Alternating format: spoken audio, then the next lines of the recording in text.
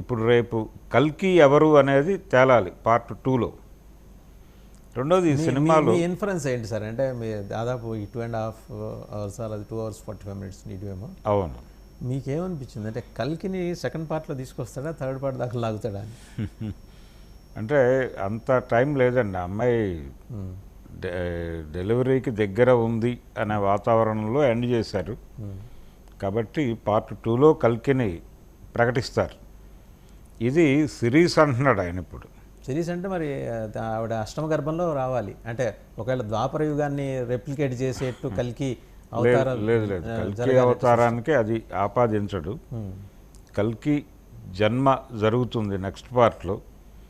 ఆ తర్వాత అర్జునుడి పాత్ర కూడా వస్తుంది.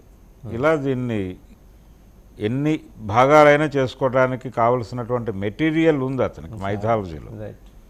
దాని నుంచి తీసుకుంటాడు. అయితే ఇందులో ఫస్ట్ హాఫ్ కొంత జనరంజకంగా లేకపోవడానికి కారణం నేను అనుకుంటోంది ఏంటంటే వీళ్ళు ప్రారంభంలో ఇది 2 భాగాలు అని అనుకోలేదు. సినిమా కొంత అయిన తర్వాత ఈ సెకండ్ పార్ట్ అనేటువంటి ఆలోచన వచ్చింది.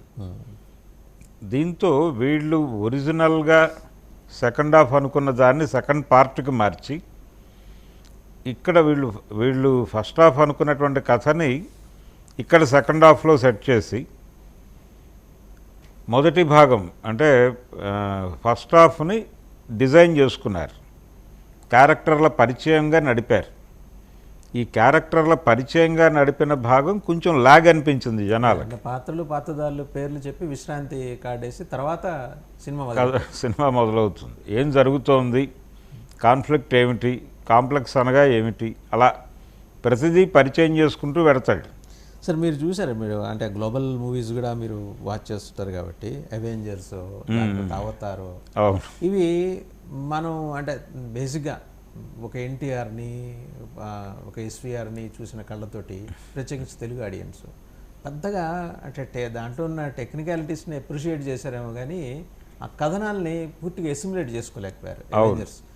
మరి అదే మోసలోకి నాగశ్విన్ కూడా వెళ్ళాడు అని చెప్పేసి ఒక టాక్ సార్. అంటే ఇందాక సినిమా చూసిన వాళ్ళు కామెంట్స్ పెడుతుంటే నాకు చదివానా నిజమేనా, మీకు అట్లా అనిపించిందా? నిజమే అది. అంటే అందుకని ఆ వాతావరణంలోకే కథ వెళ్లకుండా చూసుకున్నాడు ఈయన తీసుకున్నటువంటి టైం పీరియడ్, కథ జరుగుతున్నటువంటి సందర్భము, ఇవన్నీ చూస్ చేసుకోవడానికి కారణం ఆ వెహికల్ డిజైనింగు, ఇవన్నీ కూడా ఇంతకంటే అడ్వాన్స్కి వెళ్ళిపోయిన తర్వాత జరుగుతున్నటువంటి కథగానే చూపిస్తాడు. ఇప్పుడు ఆదిపురుష్ ఉంది సార్, ఆదిపురుష్లో రావణాసురుడి ఆయన వాహనం అది మనకి ఏఎంబి సినిమా మాల్లో కనిపిస్తుంటే పైన పిల్లలు ఆడుకుంటుంటారు. అవును. సో అది చూడంగానే ఒక తేలికపాటి భావన, లంకని అధిష్ఠించిన రావణుడు అనగానే ఒక డెకోరం ఉంటుంది. Leave about his character and other things. ఆయన ఒక మహాసామ్రాజ్యాధిపతి. ఒక హై ఎస్టీమ్లో చూడటాన్ని మనకి ఎన్టీఆర్ ఎస్వీఆర్ అలవాటు చేశారు. 50-60 ఏళ్ళు ఏంటి 70 ఏళ్ళుగా ఎవరు పోషించిన ఆ పాత్రలు అందరూ ఉద్దండులు పోషించారు. దాదాపు అదే డిజైన్లో వెళ్ళిపోయినాయి. అండ్ నార్త్ కూడా ఈవెన్ రామానంద సాగర్ కూడా ఆయన తీసిన రామాయణంలో కానీ తర్వాత వచ్చిన మహాభారతంలో కానీ ఎక్కడ ఆ ఫీల్ చెడకుండా వాళ్ళు లాగారు. అవును. ఉత్తర దక్షిణాది ముఖాల్లో ఏదో తేడా కనిపించిందేమో కానీ ఆ ఆహార్యంలో మాత్రం ఎక్కడ ఫీల్ చెడకుండా ఆ కిరీటాలు వీటన్నిటినీ కూడా యాజ్ ఇట్ ఈజ్గానే నడిపారు. దానిలో కూడా ఆ నడిపిన విధానం వలన కొంత జనాలు అది కొత్తగా ఏదో చెప్తున్నారు వీళ్ళని అనుకోలేదు. మనకు తెలిసిన రామాయణమే మళ్ళీ చెప్తున్నారని అనుకున్నారు. భారతం గురించి కూడా అలాగే అనుకున్నారు. అయితే మీకు ఒకటి ఉంది మన దగ్గర, డిస్కవరీ ఆఫ్ ఇండియా అని శ్యామ్ బెనగల్ గారు టీవీ కోసం షూట్ చేశారు, దూరదర్శన్ కోసం. తీసినప్పుడు ఆయన అంటే మన దగ్గర ఉన్న విషయం ఏంటంటే ఈ ఏన్షియంట్ ఇండియన్ హిస్టరీకి సంబంధించినటువంటి ప్రత్యేకమైన గ్రంథాలు లేవు. పురాణాల నుంచి రెఫరెన్సులు తీసుకొని చరిత్రని కొంతమేరకు డిజైన్ చేయటమే జరుగుతోంది. జవహర్లాల్ నెహ్రూ గారు చేసింది కూడా అదే, డిస్కవరీ ఆఫ్ ఇండియాలో. దాన్ని దూరదర్శన్లో షూట్ చేయాల్సి వచ్చినప్పుడు శ్యామ్ బెనగల్ ఈ తరహా గెటప్పులు వాడాడు. అంటే ఇందులో చూపించినటువంటి కృష్ణుడి గెటప్ లాంటి గెటప్పులే నడిచినాయి శ్యామ్ బెనగల్ డిజైనింగ్లో. అంటే పెద్దగా ఏదో అలా పైన ఒక కండువా లాంటిది వేసుకుని ఒక నెమలి పించం చిన్న ఒక తలపాగా కట్టుకుని దానికి ఒక నెమలి పించం పెట్టుకుని వెళ్ళిపోతున్నట్టుగా చూపిస్తాడు ఇందులో. ఈ తరహా ఆహార్యం శ్యామ్ బెనగల్ గారు తీసినటువంటి డిస్కవరీ ఆఫ్ ఇండియాలో కనిపించింది. సో దాన్ని మళ్ళీ ఇక్కడ రెప్లికేట్ చేశాడు నాగశ్విన్. చేయటానికి కారణం ఏంటంటే మన సినిమా ఎవరిని టార్గెట్ చేస్తున్నాము అనే ధోరణిలో వెళ్ళాడు ఆయన. నిజానికి వాళ్ళకు ఒక వెసులుబాటు ఉంది. కృష్ణుడి క్యారెక్టర్లో వీళ్ళు ఆర్టిఫిషియల్ ఇంటెలిజెన్స్ ద్వారా ఎన్టీఆర్ని రీక్రియేట్ చేసి వాడుకుని ఉంటే అదొక సార్ చూపించలేదా ఎన్టీఆర్ సీనియర్ ఎన్టీఆర్ని? లేదు ఆ లోగో వరకే పరిమితం చేశారు.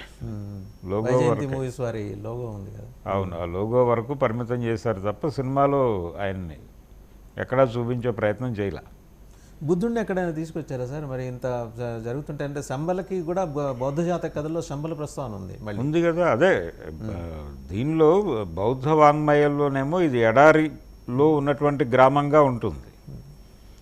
అలా కాకుండా హిందూ వాంగ్మయంలోనేమో ఇది హిమాలయాల్లో ఉన్నట్టుగా ఉంటుంది.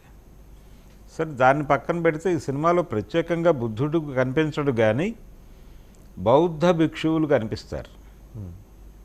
ఇది ఆల్రెడీ పబ్లిక్ మెమరీలో ఉంది కాబట్టి దీన్ని కూడా మనం అక్నాలెడ్జ్ చేద్దాం. ఏది మీరు చెప్పేది పోస్ట్ ద్వాపరయుగం అంటే పోస్ట్ నిర్యాణం ఆఫ్ లార్డ్ కృష్ణ. అంతే అప్పుడు వస్తారు వాళ్ళు. అంటే ఈ కాంప్లెక్స్కి శంబలకి మధ్య కాన్ఫ్లిక్ట్ జరుగుతున్న టైంలో శంబలలో ఓపెన్ అయ్యేటువంటి షాట్స్లో బౌద్ధ సన్యాసులు కూడా కనిపిస్తారు. అందుకని దాన్ని కూడా మేము ఈ సినిమాలో చూపించామని చెప్పుకునే ప్రయత్నం చేశాడు ఆయన. అలాగే నేను ఇందాక చెప్పినట్టుగా ఒక చైనా పోలికలతో ఉండేటువంటి ఒక విగ్రహము, ఇవన్నీ డిజైన్ చేశారు వాళ్ళు. Might be a king or emperor like ఉండొచ్చు చైనీస్. అవును, అంటే డెంగ్ సియావో పెంగ్ వీళ్ళ పోలికల్లో ఉంటుంది ఆ ఫోటో, ఆ బొమ్మ. దీన్ని ఏదో ఒక పొలిటికల్ ఐడియాలజీని ఏదో పంపు చేయాలనే ఇది కూడా ఉంది వీళ్ళకి అని అనిపిస్తుంది, ఒక అనుమానం. ఇంటెన్షనల్గా లేకపోవచ్చు, కానీ ఎక్కడో వాళ్ళకి దానికి సంబంధించిన ఆడియన్స్ని కూడా వాళ్ళు కనెక్ట్ చేసుకునే ప్రయత్నం వ్యూహాత్మకంగా ఇటువంటి పనులు చేస్తారు మనవాళ్ళు. ఒక మంచి పర్ఫెక్ట్ పాన్ పోస్ట్ లంచ్ కానీ పోస్ట్ డిన్నర్ కానీ తినేప్పుడు దాంట్లో ఉండాల్సిన కంపల్సరీ ఎలిమెంట్ ఒకటి ఉంటుంది సార్. అలాగే తీసుకొస్తున్నారు ఈ మధ్యకాలంలో. గడిచిన 10 ఏళ్ళు నిన్న కూడా మనం డిస్కస్ చేసాం. ఒక నేషనల్ స్పిరిట్ని ఏదో ఒక రూపంలో చూపించే ప్రయత్నం, అర్థం చేసుకునే వాడికి అర్థం చేసుకున్నంత, వాళ్ళ అజ్ఞానం మీద పెద్దగా దర్శకులు కూడా దృష్టి పెట్టట్లేదు. దానివల్ల డెఫినెట్గా ప్రయోజనం ఉంటుంది. జనాలని గ్రాప్ చేయగలుగుతుంది సినిమా. అంటే ఇది కనెక్ట్ అయిన వాళ్ళు 10 మందితో చెప్తారు. చెప్పడం ద్వారా ఒక ఆలోచన విధానం ఉన్నటువంటి వాళ్ళందరూ ఈ సినిమా ఒకసారి చూస్తారు.